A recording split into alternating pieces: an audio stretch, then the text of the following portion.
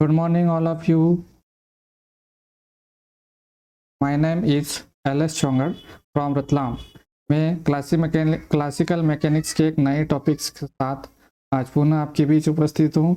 नए टॉपिक्स का नाम है principal of virtual work. Actual में क्लासिकल मैकेनिक्स के अंदर वर्चुअल वर्क क्या होता है, इसके बारे में यहाँ पर हम स्टडी करेंगे। तो सबसे पहले देखें कि वर्चुअल वर्क की डेफिनेशन क्या होती है। प्रिंसिपल ऑफ वर्चुअल वर्क को डिफाइन करने के लिए यहाँ एक n नंबर का कोई एक सिस्टम्स दिया गया है या n नंबर्स इसके अंदर पार्टिकल्स है और इसको हमने एक सिस्टम नाम दे दिया।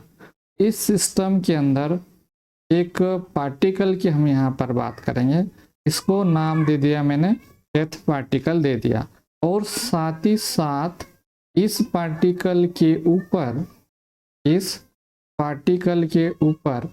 एक फोर्स भी अप्लाई किया गया है और साथ ही साथ यहाँ पर इसके ऊपर कॉन्स्टेंट्स लगाए गए हैं।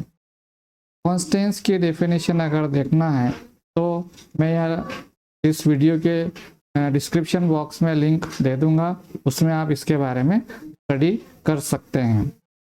तो ये जो फोर्स हमने लगाया है वह इक्विलिब्रियम कंडीशन में है।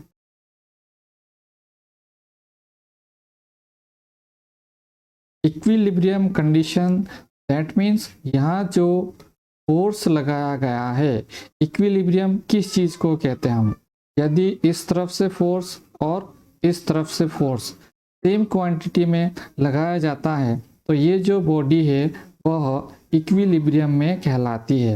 यानी लगभग ये जो बॉडी होगी वह स्टैटिक कंडीशन में होगी, यानी कि ये जो बॉडी है वो स्थिर अवस्था में होगी। अब यदि हम स्थिर अवस्था में इस बॉडी का अगर मान रहे हैं, क्योंकि वर्चुअल वर्क एक्चुअल में यहाँ पर जो कार्य होगा वह स्टैटिक कंडीशन में होता है, और यदि हम कोई बॉडी अगर मूवेबल होती है तो डीएलम्बर्ट प्रिंसिपल की सहायता से उसको सॉल्व किया जाता है। अब यहाँ पर principal of virtual work define करने के लिए या फाइंड करने के लिए हमने एक कोऑर्डिनेट सिस्टम लिया है। यहाँ पर एक हमारे पास ये जो kth पार्टिकल है इसकी पोजीशन हम डिटरमाइन करें। यहाँ पर एक पोजीशन डिटरमाइन अगर की जाए, इस पार्टिकल की पोजीशन डिटरमाइन करें तो यहाँ पर पोजीशन प्राप्त होगी।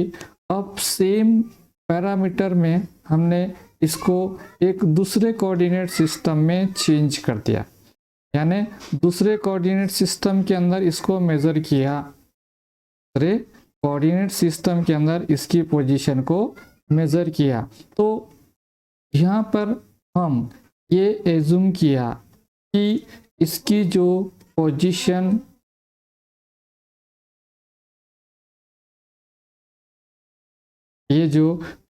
में बहुत ही छोटा अंतर आ जाता है, बहुत ही छोटा अंतर आ जाता है, इन्फिनिटेसिमल एक डिफरेंस आ जाता है, यानी इसकी जो पोजीशन है बहुत हल्की सी चेंज हो जाती है। अगर हम ऐसा एज्यूम कर लेते हैं यहाँ पर कि ये जो हमारे पास ये जो स्टैटिक बॉडी ली थी, यही कि ये वाली जो बॉडी है वही की वही ये वाली बॉडी है, और यदि हम यहाँ पर ये जो सिस्टम से दिया गया है, इस सिस्टम के अंदर एक पार्टिकल को हम इमेजिन कर रहे हैं, तो इस पार्टिकल को हम एक कोऑर्डिनेट्स में और बाद में दूसरे कोऑर्डिनेट्स में डिटरमाइन कर रहे हैं। तो दो कोऑर्डिनेट सिस्टम के अंदर अगर हम डिटरमाइन करते हैं तो इसकी पोजीशन में बहुत लाइटली, बहुत ही स्मॉल वेरिएशंस आ जाता है।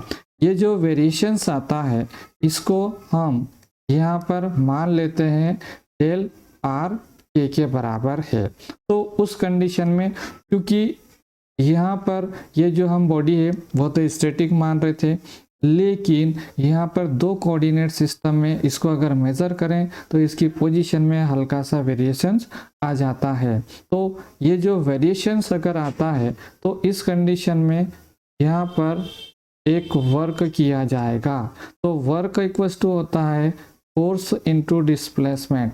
तो फोर्स इनटू डिस्प्लेसमेंट एक पर्टिकुलर kth पार्टिकल को हम इस तरह से डिफाइन करते हैं। लेकिन यहाँ ये जो सिस्टम से दिया गया है वह इक्विलिब्रियम कंडीशन में है। अगर इक्विलिब्रियम कंडीशन में है तो जो अप्लाइड फोर्स होगा वह 0 के बराबर आएगा। के की वैल्यू 0, 1, 2, 3, 4 एंड सो ऑन ली जा सकती है। अब ये तो बात हो गई हमारे पास फोर्स की डेफिनेशन या इक्विलिब्रियम फोर्स की हम बात करते हैं। तो इस कंडीशन में ये जो टोटल वर्क होगा वह 0 के बराबर आता है। टोटल वर्क है वह 0 के बराबर आएगा। दैट मीन्स इस कंडीशन में डेल डब्ल्यू के का मान 0 के बराबर होगा, या फिर हम ऐसा कह सकते हैं कि एफ के आर के इक्वल्स टू 0 के बराबर होगा। अब ये तो सिंगल पार्टिकल की बात हुई। मेरे पास यहाँ पर n पार्टिकल दिए गए हैं, तो n पार्टिकल के कॉरस्पॉन्डिंग टोटल वर्क होगा उसको हम डिफाइन करेंगे कि यहाँ पर a की जो वैल्यू है 1 to n तक होगी। उस कंडीशन में फोर्स इनटू डेल आर के आप वेक्टर के रूप में लिखेंगे इक्वल्स टू 0 के बराबर होता है। यानी टोटल जो वर्क होता है वह 0 के बराबर होता है। इसी को हम प्रिंसिपल ऑफ वर्चुअल वर्क के नाम से जाना जाता है, क्योंकि ये जो प्रिंसिपल ऑफ वर्चुअल वर्क है वह स्टैटिक बॉडी के लिए हम यूज़ करते हैं। अगर मान लीजिए यहाँ पर ये जो स्टैटिक बॉडी की बजाय, क्योंकि हम क्लासिकल मैकेनिक्स में जो भी फिनोमेना स्टडी करते हैं वह स्टैटिक नहीं होती है, यानी क्लासिकल मैकेनिक्स के अंदर बॉडी मूवेबल की ही हम बात करते हैं। तो मूवेबल बॉडी के लिए यहाँ पर हम डी-एलम्बर्ट प्रिंसिपल को यूज़ करते हैं। तो डी-एलम्बर्ट प्रिंसिपल के अकॉर्डिंग यहाँ पर हम, क्योंकि बॉडी डायनामिकल ली जाती है, डायनामिकल दैट मीन्स बॉडी जो है वह मूवेबल है।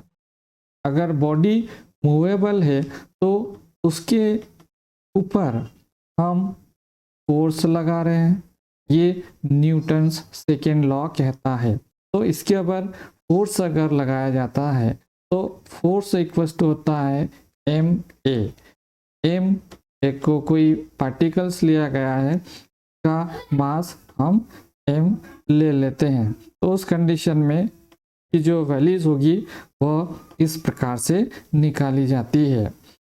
अब यहाँ पर हम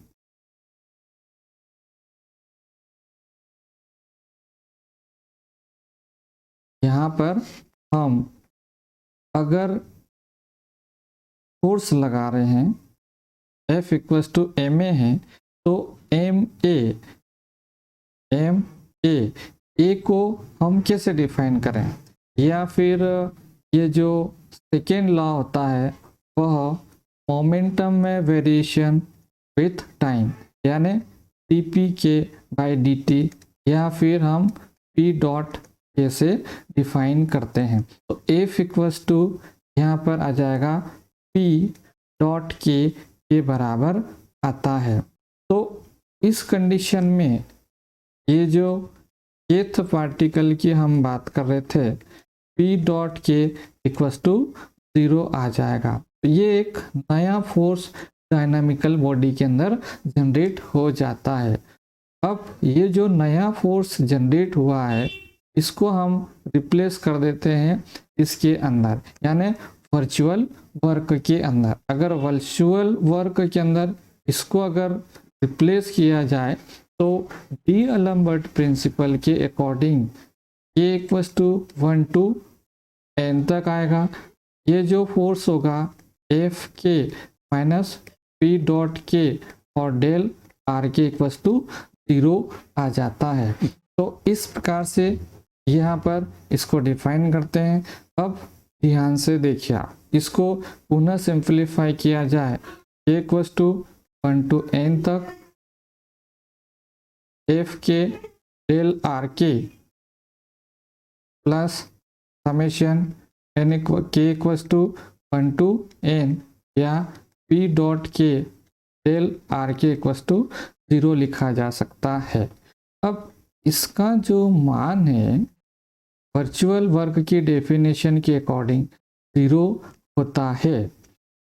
यदि इसका मान अगर 0 होता है तो उस कंडीशन में ये जो according to D'Alembert principles P dot K del R K भी 0 होगा। इसकी जो टोटल वर्क होगा वह भी 0 के बराबर आता है। तो इस प्रकार से हम को निकाल सकते हैं। तो ये जो हमारे पास यहाँ पर डेल ये वाला पार्ट है वह डीएलएम्बर्ट प्रिंसिपल के नाम से जाना जाता है। तो इस प्रकार से हम डीएलएम्बर्ट प्रिंसिपल को डिफाइन करते हैं। अगर आप अब यहाँ पर हमारे पास ये प्रॉब्लम आ सकती है कि हम लिखकर कितना आए, तो लिखकर कितना आए इसके लिए यहाँ पर हम लोग नोट्स भी देख सकते हैं।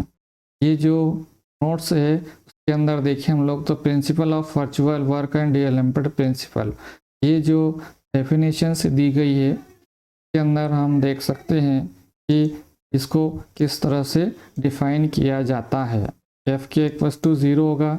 ये स्पेशली जो वर्क है वह इक्विलिब्रियम कंडीशन में लिया गया है। तो फोर्स इक्वल्स टू ये जो कार्य होगा टोटल 0 के बराबर होगा। इसी प्रकार से पूरे होल सिस्टम को अगर लें तो ये इस तरह से डिफाइन किया जाता है।